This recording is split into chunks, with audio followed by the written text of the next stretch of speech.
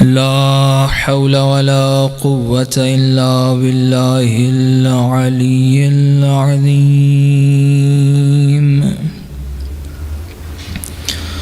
हस्बुनल्लाहु व निअमल वकील, निअमल मौला व निअमन नसीर। अऊज़ु बिल्लाहि मिनश शैतानिर रजीम। बिस्मिल्लाहिर रहमानिर रहीम। अल्हम्दुलिल्लाहिल्लज़ी ला यब्लुगु मिदहतहुल क़ाइलून वला युहसी नअमाअहुल आद्दून वला युअद्दी हक़्क़हुल मुज्तहिदून। अल्लज़ी ला युदरिकुहु बुअदुल हिमम वला यनालुहु गौसुल फ़ितन। अल्लज़ी लैसा लिसिफ़तिही हद्दुम महदूद वला नअतुम मौजूद वला अजलुम ममदूद वला वक़्तुम मअदूद। फ़तरल ख़लाइक़ बिक़ुदरतिही व नशरर रियाह बिरहमतिही। अस्सलातु वस्सलामु अला सय्यिदिल अंबियाइ वल मुरसलीन शफ़ीअल मुज़निबीन अनीसिल गरीबीन रहमतल लिल आलमीन। अअनी अल अब्दुल मुअय्यद अर्रसूलुल मुसद्दद वल मुस्तफ़ल अमजद अबुल क़ासिम मुहम्मद।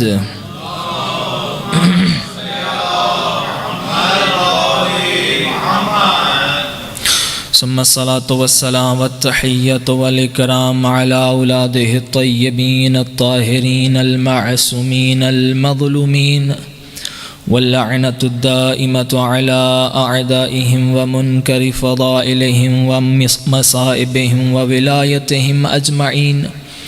अम्मा बअदु फ़क़द क़ाल रसूलुल्लाहि सल्लल्लाहु अलैहि व आलिहि वसल्लम अय्युहन नास इन्नहु क़द अक़बल इलैकुम शहरुल्लाह बिलबरकति वर्रहमति वल्मग़फ़िरा।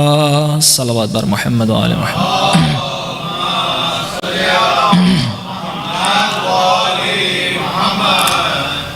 सामईन मोहतरम, सबसे पहले खुदा की बारगाह में दुआ गो हैं कि परवरदिगार आलम आप तमाम मोमिनीन व मोमिनात का यहाँ जमा होना अपनी बारगाह में इबादत शुमार फरमाए। आज के दिन जिस मोमिन भाई ने इफ्तारी का अहतमाम किया, परवरदिगार उनकी इस इबादत को अपनी बारगाह में कबूल फ़रमाए। इस ज़िक्र के सदक़े में परवरदिगार आलम उनके जितने मरहुमीन हैं, बिलखुसूस मरहुमा सकीना, उनके दरजात बुलंद फ़रमाए। परवरदिगार आलम हम सब को जैसा वो चाहता है वैसा बनने की तौफ़ीक़ अता फ़रमाए। खुदाया इमाम ज़माना अलैहिस्सलाम के ज़हूर में ताजील फ़रमा। हम सब को इमाम की ज़ियारत नसीब फ़रमा।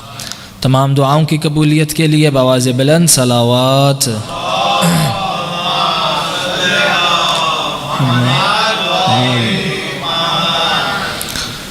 सामईन मोहतरम, अल्हम्दुलिल्लाह खुदा की तौफ़ीक़ के साथ मुसलसल हमारी माह रमज़ान की ये गुफ्तगू जारी है, जिसमें हम कोशिश कर रहे हैं कि अपने इस्तिताअत के मुताबिक रसूलुल्लाह के कलाम को समझ सकें, कि जिसमें रसूल खुदा माह अज़ीम की अज़मत के बारे में बयान फरमाते हुए और हमारी ज़िम्मेदारियां क्या है इस महीने में, कि मुसलसल हम गुफ्तगू कर रहे हैं कि रसूलुल्लाह ने जब इस दुनिया से जाने लगे तो जाते हुए भी यही इरशाद फरमाया, इन्नी तारिकुन फ़ीकुम थक़लैन, कि मैं तुम्हारे दरमियान दो चीज़ें छोड़े जा रहा हूँ। यानी रसूलुल्लाह ने बताया कि अगर मेरे बाद किसी को हिदायत चाहिए तो इन दोनों से मिलेगी। और फिर इरशाद फरमाया, इन्नी तारिकुन, बेशक मैं तारिकुन छोड़ रहा हूँ। ये नहीं कहा कि मैं जा रहा हूँ मेरे बाद तुम खुद बना लेना, कहा इन्नी, मैं छोड़े जा रहा हूँ, यानी खुदा का नुमाइंदा जाने से पहले खुद उम्मत की हिदायत का इंतज़ाम करके गया है। यानी ये कैसे मुमकिन है वो नबी कि जिसने इंसान की ज़िंदगी के हर छोटे से छोटे पहलू को बताया हो, मगर इतना बड़ा मसला कि जिसमें रसूलुल्लाह जानते थे कि मेरे बाद मेरी उम्मत किस तरफ जा सकती है, कि उसका बयान न करके गए हों। इसलिए हमारे एक आलिम दीन थे, वो एक मनाजरे में गए तो उन्होंने कहा कि भाई कि देखो, आप लोग जो खिलाफत का सिलसिला मानते हो, यकीनन पहले खलीफा और दूसरे खलीफा वो रसूलुल्लाह से ज़्यादा जानते थे। उन्होंने कहा नाउज़ बिल्ला, ये क्या आप कह रहे हैं कि पहले खलीफा और दूसरे खलीफा रसूलुल्लाह से कैसे ज़्यादा जान सकते? वो सहाबी थे, रसूल नबी थे, ये तो मुमकिन नहीं है। कहा फिर ये कैसे हो सकता है कि पहले खलीफा जाएं, उनको अपनी उम्मत का ख्याल हो, अपनी कौम का, वो दूसरे को मुकर्रर करके जाए, दूसरा जाए तो तीसरे को मुकर्रर करके जाए। कहा अगर ये रसूल से ज़्यादा नहीं जानते तो क्या रसूल को नहीं पता था मेरे बाद कोई होना चाहिए? कहा अगर ये इतना जानते थे, जो अक्ले कुल हो, जो इल्म कुल हो, जो नूर अव्वल हो, जो हुस्न अव्वल हो, जो खल्क़ अव्वल हो, जो खुल्क़ अव्वल हो, जो अक्ल अव्वल हो, जो इल्म अव्वल हो, क्या उसे नहीं मालूम था कि अपने बाद किसी को छोड़ के जाना है? एक जुमले से उन्होंने मनाजरा जीत लिया कि भाई अगर खुलफा को ये इल्म था कि अपने बाद किसी को बना के जाना है, क्या नबी को इल्म नहीं था? वो नबी जो छोटी सी छोटी चीज़ को बयान करके गया कि तुमने सोना है तो करवट कैसे लेनी है, तुमने उठना है तो कौन सा पाँव पहले ज़मीन पे रखना है, तुमने खाना है तो किस हाथ से खाना है, तुमने घर से निकलना है तो कौन सा पाँव पहले बाहर रखना है। वो नबी जो तुम्हारे हर छोटे छोटे काम को बयान करके जाए, क्या तुम्हें बेवारिस छोड़ के चला जाएगा?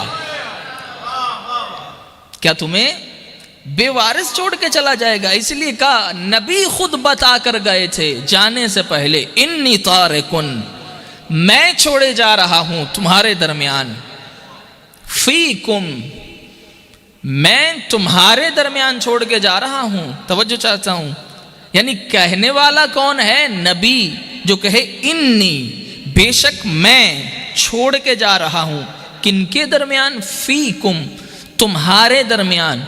यानी इसका मतलब है नबी जिस चीज को छोड़ के जा रहे हैं वो और है, जिनके अंदर छोड़ के जा रहे हैं वो और हैं। इन्नी तारिकुन फीकुम मुस्तक़लैन, दो चीजें छोड़े जा रहा हूं, किताब अल्लाह व इतरती अहले बैती, अल्लाह की किताब और मेरी अहले बैत। और कहा कि इन दोनों से मा इन तमस्सक तुम, अगर तुम इन दोनों से तमस्सुक करोगे, बिहिमा, तो तुम कभी भी गुमराह नहीं होगे। लेकिन शर्त यह है कि तमस्सुक दोनों से करना है। कुरान और अहले बैत ऐसे साथ साथ हैं कि कोई इनको जुदा नहीं कर सकता है। नबी ने यानी बताया कि दोनों से तमस्सुक करोगे तो गुमराह नहीं होगे। अगर एक को छोड़ दिया तो फिर दूसरा तुम्हारे काम आने वाला नहीं है, क्योंकि अगर एक कुरान सामित है तो दूसरा कुरान नातिक है। इसीलिए तो मेरे मौला ने जब जंगे सफीन में मेरे मौला ने कहा कि बढ़ो आगे हमला करो, उन्होंने क्या किया? अम्र आस ने कहा कि मैं एक मशवरा देता हूं, वो करो, फिर अली के जो सिपाही हैं वो तुम्हारे खिलाफ नहीं उठेंगे। कहा क्या करें? कहा अली के चाहने वाले कुरान से बड़ी मोहब्बत करते हैं, इनके सामने कुरान नेज़ों पे बुलंद कर दो। अब कुरान नेज़ों पे बुलंद किए, मौला कहते थे चलो, वो कहते थे मौला आगे कुरान। हाय हाय, उन्हें क्या मालूम था कि जो कह रहा है चलो वो कौन है? मौला कैसे जाए, आगे कुरान है। कहा ये कुरान नहीं, ये कुरान की शक्ल में धोखा है।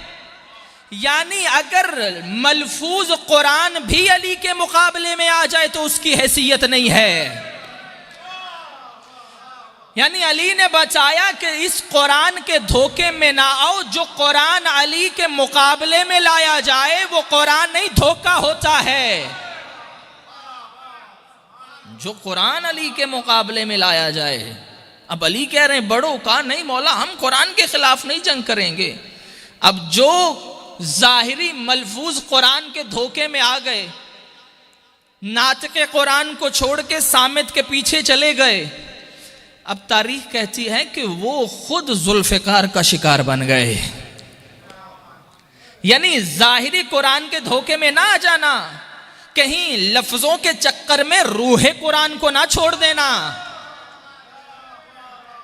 इसीलिए तो वो लोग जिन्होंने फकत कुरान रटा, और आज भी वही हो रहा है, कुरान को बस हिफ्ज करे जा रहे हैं, हिफ्ज करे जा रहे हैं, सुबह शाम कुरान पढ़ते जा रहे हैं। इसीलिए तो लोग जब हज पे जाते हैं, मक्का मदीना जाते हैं, तो धोखे में आ जाते हैं कि भाई क्या खूबसूरत कुरान पढ़ा जा रहा है, सुभान अल्लाह क्या कुरान की तिलावत हो रही है। भाई ये बात याद रखना, जो अली को छोड़ के कुरान पढ़ता है, जितना कुरान पढ़ेगा उतना कुरान उस पे लानत करता जाएगा। जो अली को छोड़ के कुरान पढ़ता है, भाई कितना खूबसूरत कुरान, तुमने कुरान सिर्फ रटा है, तुमने सिर्फ कुरान हिफ्ज किया है, तुम रूह कुरान से वाकिफ नहीं हो, तुम मफहूम कुरान से वाकिफ नहीं हो।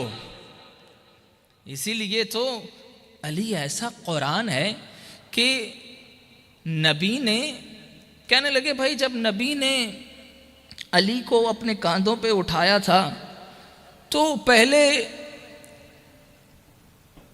रसूल ने कहा अली तुम झुको, मैं सवार होता हूँ और मैं बुतों को तोड़ता हूँ। मौला ने कहा या रसूल अल्लाह मैं तो आपके ख़त्म नबूवत के वज़न को नहीं उठा सकता, इसलिए मजबूरन रसूल को झुकना पड़ा। यानी बर्दाश्त नहीं होता, जाहिरी कुरान रटते हैं मगर रूह कुरान के बारे में जो फजीलत आए वो कहने लगे भाई चूंकि रसूलुल्लाह ने कहा, पहले अली ने कहा मैं आपका वजन नहीं उठा सकता, इसलिए रसूल मजबूरन झुके, अली रसूल के कांधों पे सवार हो गया। इसीलिए तो रसूल के कांधों पे जो कुरान लिखा था अगर कोई और पांव रख देता तो काफिर हो जाता। अली मजबूरन रसूल ने अली को अपने कांधों पे सवार किया। अच्छा, अगर अली रसूल के वज़न को नहीं उठा सकते थे तो फिर मुझे ये बताओ कि शेब अबी तालिब में जब नबी वहाँ पर मौजूद थे तो कौन था जो नबी को सोते हुए नबी का बिस्तर तब्दील कर देता था? कौन था जो नबी को बचपने में भी बिस्तर से उठाकर अपने बच्चों को सुलाता था? हाँ, वो अबू तालिब था जो बचपने में सोते रसूल को उठाकर कभी वहां जाफर को सुलाता, कभी अकील को सुलाता, कभी अली को सुलाता, कभी तालिब को सुलाता। भाई तुम तो अली की बात कर रहे हो, अली का बाबा अबू तालिब वज़न खत्म नबूवत को उठाता रहा है। अब यहां पर नबी मजबूरन नहीं झुके, बल्कि नबी ने अपने इख्तियार से अली को कांधों पे उठा के बताया, देखो अगर मेरे कांधों पे कुरान लिखा है तो तुम्हें मलफूज कुरान पे रूह कुरान सवार करके बता रहा हूं, तुम्हें मलफूज कुरान पे रूह कुरान को सवार करके बता रहा हूं कि देखो खबरदार कहीं कुरान के चक्कर में अली को ना छोड़ देना, क्योंकि अलीयुन माअल कुरान वल कुरान मा अली, अली कुरान के साथ है, कुरान अली के साथ है, इनमें कोई फ़र्क नहीं है। अब तुमने इसीलिए हमने जो कहा कि कुरान के अगर करीब होना है तो उसके कुछ मराहिल हैं कि सबसे पहले तुम कुरान से करीब होने के लिए उसे अपने घर में रखो, फिर कुरान को देखो, कुरान को सुनो। लेकिन शर्त यह है कि कुरान उस वक्त समझ में आएगा जब अहले बैत के साथ चलोगे, क्योंकि अगर खाली कुरान को लोगे तो तुम अपनी रोज़ाना की नमाजों की फजर की 2 रकतें साबित नहीं कर सकते कुरान से। यानी अगर खाली कुरान लोगे तो तुम फिर ये तौहीद का अकीदा लेकर आओगे कि जब अल्लाह कुरान में कहता है यदुल्लाहि फौका ऐदीहिम, कि अल्लाह का हाथ इन तमाम हाथों पर है, तो फिर तुम ये अकीदा बना लोगे कि नाउज़ बिल्लाह रोज़े क़यामत अल्लाह कुर्सी पे बैठा होगा। यानी तुम ज़ाहिरी कुरान के चक्कर में आकर खुदा को भी मुजस्सम बना दोगे। तुमने देखा कि कुरान ने कहा कुल्लु मन अलैहा फ़ान व यबक़ा वजहु रब्बिका ज़ुल जलाल वल इकराम, कि हर शय फ़ना हो जाएगी, कुरान कहता है बस खुदा का चेहरा बाकी रहेगा। तुमने कहा कि देखो कुरान में खुद खुदा कहता है खुदा के हाथ हैं, खुदा का चेहरा है, तो फिर तुम खुदा के जिस्म के कायल हो जाओगे। इसीलिए तो तुम्हारी तौहीद ये है कि तुम कहने लगे कि नाउज़ बिल्लाह क़यामत में खुदा कुर्सी पे बैठा होगा और अदल के कुर्सी पर बैठकर फैसले करेगा, जन्नत वालों को जन्नत भेजेगा, जहन्नम वालों को जहन्नम भेजेगा। मैंने कहा जब अली को छोड़ोगे फिर तुम्हें खुदा कुर्सी पे बैठा ही नजर आएगा, लेकिन अली के दर पे आओगे तो समझ आएगी कि खुदा न कल नजर आया था, न आज नजर आएगा, न क़यामत में कभी नजर आएगा। कल भी तुमने वजहुल्लाह से सब लिया था, आज भी वजहुल्लाह दे रहा है। कल भी हैदरिया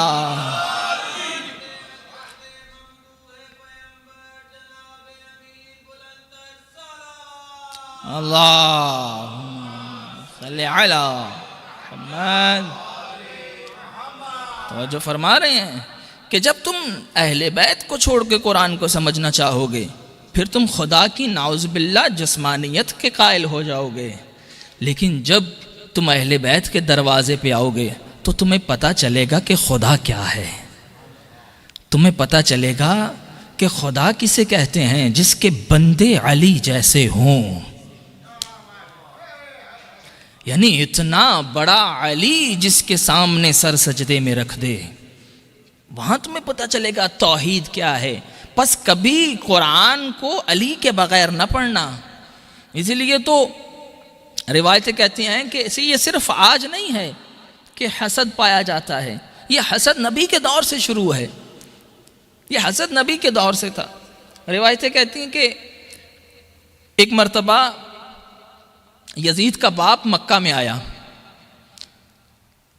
आया और आकर जब मक्का पहुंचा तो लोगों ने कहा कि माविया देखो ये जो इब्ने अब्बास है ये मस्जिद में बैठकर कुरान की तफसीर बयान करता है। तो वो कहने लगा कि भाई वो क्यों तफसीर बयान ना करे, वो नबी का रिश्तेदार है, नबी से उसने सब सीखा है, वो क्यों कुरान की तफसीर बयान ना करे।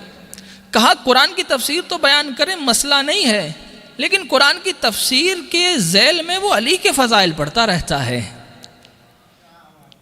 कहा अच्छा ऐसी बात है, तो अब जब महफिल से जाएगा तो हम क्या करेंगे, हम उसकी महफिल में चले जाएंगे और जाकर देखते हैं कि वो क्या बयान करता है।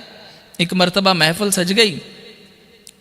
महफिल जो ही सजी, हज़रत इब्ने अब्बास तफसीर बयान कर रहे हैं। तफसीर जब ख़त्म हुई तो एक मर्तबा माविया आया, आकर कहने लगा ऐ इब्ने अब्बास, हमने सुना है तुम तफसीर बयान करते हो। कहा हाँ बिल्कुल कुरान की तफसीर बयान करता हूँ।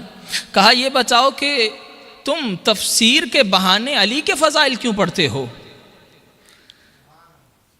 कहा हज़रत इब्ने अब्बास ने कहा कि तुमने रसूल की वो हदीस सुनी है। कहा कौन सी। कहा रसूलुल्लाह ने फरमाया था कि जो भी अपनी तरफ से कुरान की तफसीर बयान करेगा अल्लाह उसके शिकम को जहन्नम की आग से भर देगा।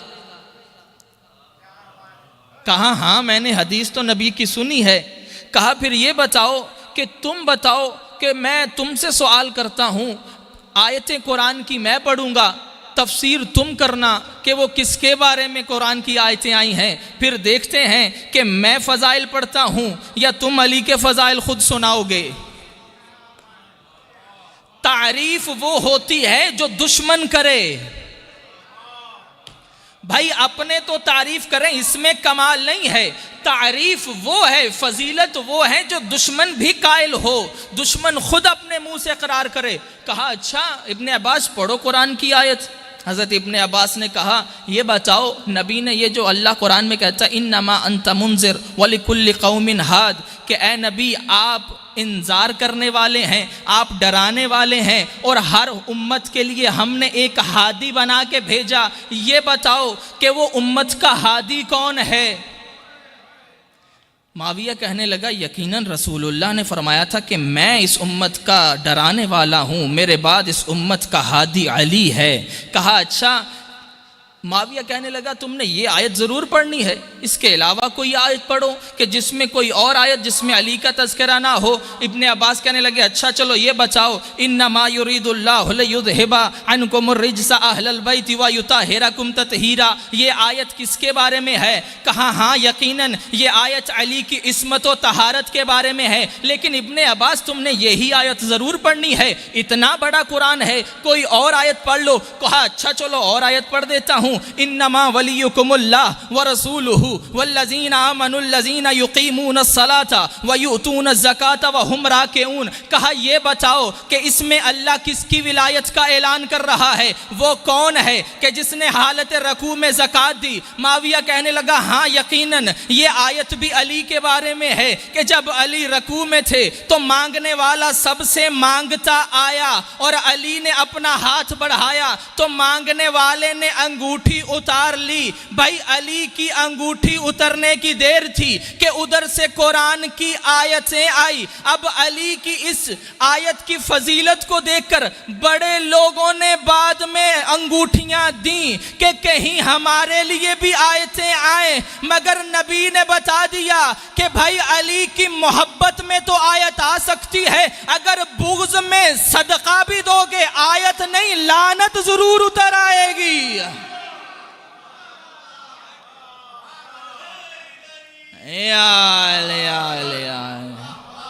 कि अली के बुग़्ज़ में अगर तुम नेकियां भी करोगे आयतें नहीं खुदा की तरफ से लानतें उतरती जाएंगी। कहा तुमने ये आयत ज़रूर पढ़नी है, कोई और आयत सुना दो। कहा अच्छा चलो और आयत पढ़ देते हैं। ये बताओ कि अल्लाह ने ये जो कहा वअतसिमू बिहब्लिल्लाहि जमीआ, अल्लाह की रस्सी को मजबूती से तुम सब थाम लो, ये बताओ ये किसके बारे में था? माविया कहने लगा यकीनन नबी ने यही कहा था या अली अंत हब्लिल्लाहिल मतीन, ए अली अल्लाह की मजबूत रस्सी तू ही है, जो तेरे दामन को पकड़ेगा कभी गुमराह नहीं होगा। कहा तूने यही आयत ज़रूर पढ़नी है, कोई और आयत सुना। इब्ने अब्बास कहते हैं चलो कोई और आयत सुना देते हैं। अम्मा यतसाअलून अनिन नबाइल अज़ीम, के ए नबी ये लोग तुझसे किसी अजीम खबर के बारे में पूछते हैं, बताओ वो अजीम खबर कौन सी थी? कहा हाँ नबी ने यही ज़रूर कहा था कि या अली तू ही वो खबर अजीम है कि जिसके बारे में लोग तुझसे पूछते हैं। कहा यही आयत ज़रूर पढ़नी, कोई और आयत सुना। कहा अच्छा चलो और आयत सुना देता हूँ। कहा नबी ने वो जो कुरान कहता साअल साइलुन बिअज़ाब वाक़ि, कि वो आयत कि जिसमें एक शख्स ने नबी से कहा था कि ए या रसूल अल्लाह अगर ये पैगाम खुदा की तरफ से है तो खुदा को कहो कि मुझ पर अजाब भेजे।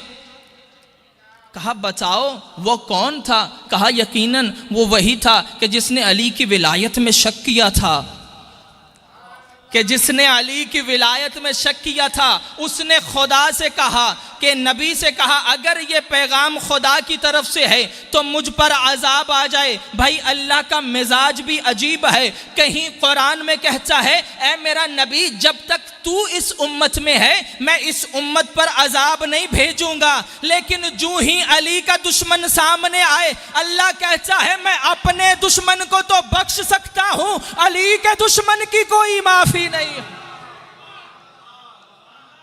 अली के दुश्मन की कोई माफी नहीं होगी। कहा अच्छा तूने यही अल्लाहुम्मा सल्ली अला, कहा तूने ये आयत जरूर पढ़नी, कोई और आयत सुना। इब्ने अब्बास कहते अच्छा ये बता, ये जो अल्लाह कहता है या अय्युहर रसूल बल्लिग मा उन्ज़िला इलैका मिर रब्बिक व इल्लम तफ़अल फमा बल्लग़ता रिसालता, कि वो नबी जिसने 63 साल अल्लाह की तौहीद को पहुँचाया, कि जिसने अल्लाह की वहदानियत को मनवाया, कि जिसने कुरान पहुँचाया, जिसने पत्थर खाए, जिसने मुशरिकों के ताने बर्दाश्त किए, इतनी मेहनत के बाद आखिर वो कौन सी वही थी, वो कौन सा पैगाम था जिसके लिए अल्लाह ने कहा कि अगर ये ना किया तो अल्लाह अपने हबीब को धमकी दे रहा है कि तूने कोई काम ही ना किया। वो कौन सा पैगाम था? कहा यकीनन वो खुम्मे गदीर में जब अली की विलायत का ऐलान किया वही पैगाम था। कहा तूने यही आयत ज़रूर पढ़नी, कोई और सुना? कहा अच्छा फिर ये बता कि ये जो कुरान कहता है अल यौमा अकमलतु लकुम दीनकुम व अतममतु अलैकुम निअमती व रज़ीतु लकुमुल इस्लाम दीना, वो कौन सी नेमत है जिसके आने से अल्लाह ने कहा ऐ मेरा नबी अब नेमतें भी तमाम, अब दीन से भी राजी हो गया। अल्लाह ने नमाज भेजी मगर दीन से राजी ना हुआ, रोजा भेजा मगर दीन से राजी ना हुआ, ज़कात भेजी मगर दीन से रज़ायत का ऐलान ना किया, हज को भेजा मगर दीन से रज़ायत का ऐलान ना किया। ये कौन सी चीज थी कि जिसके बाद अल्लाह नबी से भी राजी हो गया, अल्लाह दीन से भी राजी हो गया? कहा यकीनन वो अली की विलायत है जिसके बगैर ना नबी की रिसालत बचती है, ना अल्लाह का दीन मुकम्मल होता है। कहा यकीनन वो अली की विलायत है। अब जब इब्ने अब्बास ने देखा, जब मुआविया ने देखा ये तो मुसलसल कुरान की आयतों पे आयतें पढ़ता जा रहा है, मैं तो इसे शर्मिंदा करने आया था, ये तो उल्टा मुझे शर्मिंदा करता जा रहा है। गुस्से में झिलमिला के उठा और कहने लगा ए इब्ने अब्बास, सीधा सीधा क्यों नहीं कह देते कि जब तक कुरान है तब तक अली बाकी है? कहा सीधा सीधा क्यों नहीं कहते थे कि पूरा कुरान ही अली की शान में आया है।